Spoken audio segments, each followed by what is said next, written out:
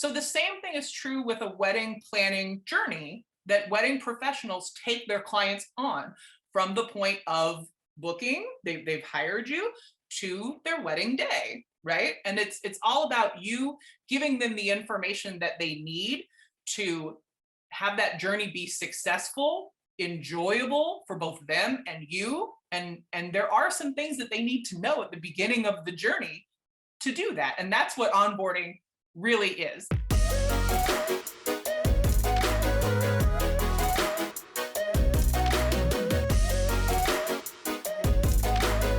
Do you take your experience that you had from working in corporate America to how you thought about your business, or did you just kind of leave all that at the door and do a bunch of new stuff? I think when you work in a very corporate environment, some things are just ingrained that I think if you just leave college or and start your business, or you don't have that background, some things are just ingrained. I'm a zero inbox person, and Mhm. I know a lot of people aren't. Just because if when I was working for my corporate overlords, if I didn't answer emails in a timely fashion, I would have gotten fired.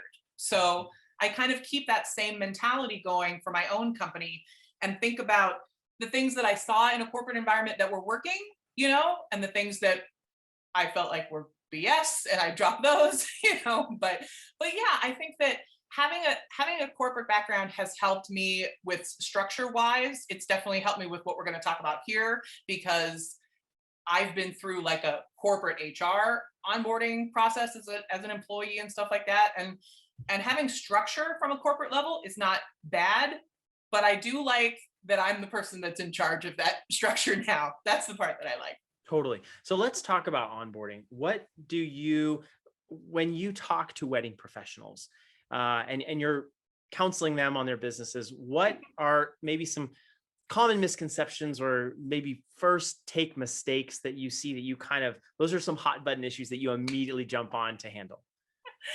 So I think that onboarding gets a bad rap, or it gets like a kind of a misconstrued rap, which is that welcoming a new client into your business isn't all about paperwork and form emails and stuff like that a lot of people think. It's also a time when you need to set boundaries and expectations for your work together. Like, I think that people are like, oh, I send my client our form and they fill it out and they get back to me, and I'm like, okay, well, are you sending them anything else? Are you sending them a welcome packet? Are you sending them your boundaries? Are you sending them rules? Like, well, and they're like, no. And I was like, well, that's why they're texting you at 11 o'clock at night, because they don't know they're not supposed to. So I think that a lot of people just think that they have to have a system for like the hard stuff, like the tangible stuff, paperwork, meetings, stuff like that.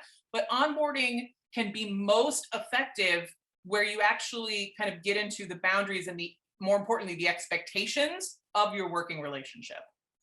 Got it. That makes so much sense. So you're telling me that it's not normal to have my client texting me at midnight? I mean, I don't love it. I don't know about you. To each their own. It's so funny because I think that another thing that people are always like, "What do you do for onboarding? Just show me what you do." And I was like, "I can show you what I do all day long. It's not going to help you, Mhm. because you and I, another person and I, we have different lifestyles. We have different timing needs. We have different things going on in our life. I don't have any children, right? So I don't have to structure my day around my children's school or their activities or different things like that. I only have a very manic dog. So I have a different lifestyle than some other people. And I think that a lot of times people are like, "Oh, just tell me what to do. Tell me what I should be doing for my onboarding." And I think the most important thing is for you, the business owner, to figure out exactly what is going to be most effective for you and help you solve problems that come down the line, because that's really what onboarding is for, to, set your expectations, avoid, head off problems of the past. So you have to figure out what those are for you and build a structure that's going to help you. I don't like text, but I know that other people prefer text messages. So I'm not out here telling you to do what I do. I'm out here telling you to figure out what's good for you and then make a system around that. Hmm, that's powerful. And yeah, I think that a lot of times, and I know I'm totally guilty of this, as wedding pros, we let our businesses kind of run away with Mhm. us because we're excited. I know when I first started my business, I was pumped to have money coming in. Like Right. if someone was willing to pay me money for what we were doing, I was like, that is a yes for me. Like I'm going to be, sign me up. And then at a certain point, it was like me saying yes to that, or me just having this all access policy Mhm. was actually hurting me.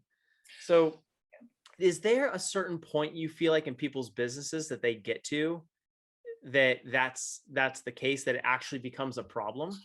Yeah, I mean, I too fell into that trap where when I first started, I now granted, when I first started, it was like 2010, 2011. There was not the vast amount of education out there like there is now. So I feel like I'm almost jealous of the wedding pros starting now because there's so much education out there that can help them that just wasn't available to me 10 years ago. But yeah, I feel like everyone has this track that they're on where they're like, my business is here, I'm super excited, I'm going to do everything and anything I can to make this client satisfied. And then you realize that human beings kind of need structure, and it's actually helpful to the client and they appreciate it more when you give them a structure to work within.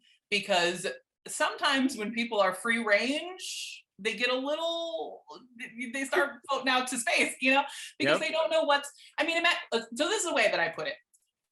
Imagine you're going on a cruise, right? Okay. I do want to say that I started a talk at CaterSource 2020 March 13th with a giant picture of a cruise ship. It went over like a ton of lead bricks. It was really funny because obviously all the cruises were like stopping at that point. But it is the most like it is the easiest way for people to get to understand. So you're going on a cruise, right? So you're going on a cruise from Florida to the Bahamas. And imagine if the cruise ship did not give you any schedule, itinerary, tips on what to pack, when people were going to stop at port, how long it was going to take to get there, a map of the ship. Imagine they didn't give you anything. Your trip would not be that enjoyable. You wouldn't know what to do. You wouldn't know when things were going to happen. You wouldn't know what to pack or bring. So the same thing is true with a wedding planning journey that wedding professionals take their clients on from the point of booking, they've hired you, to their wedding day, right? And it's all about you giving them the information that they need to have that journey be successful, enjoyable for both them and you. And there are some things that they need to know at the beginning of the journey to do that. And that's what onboarding really is.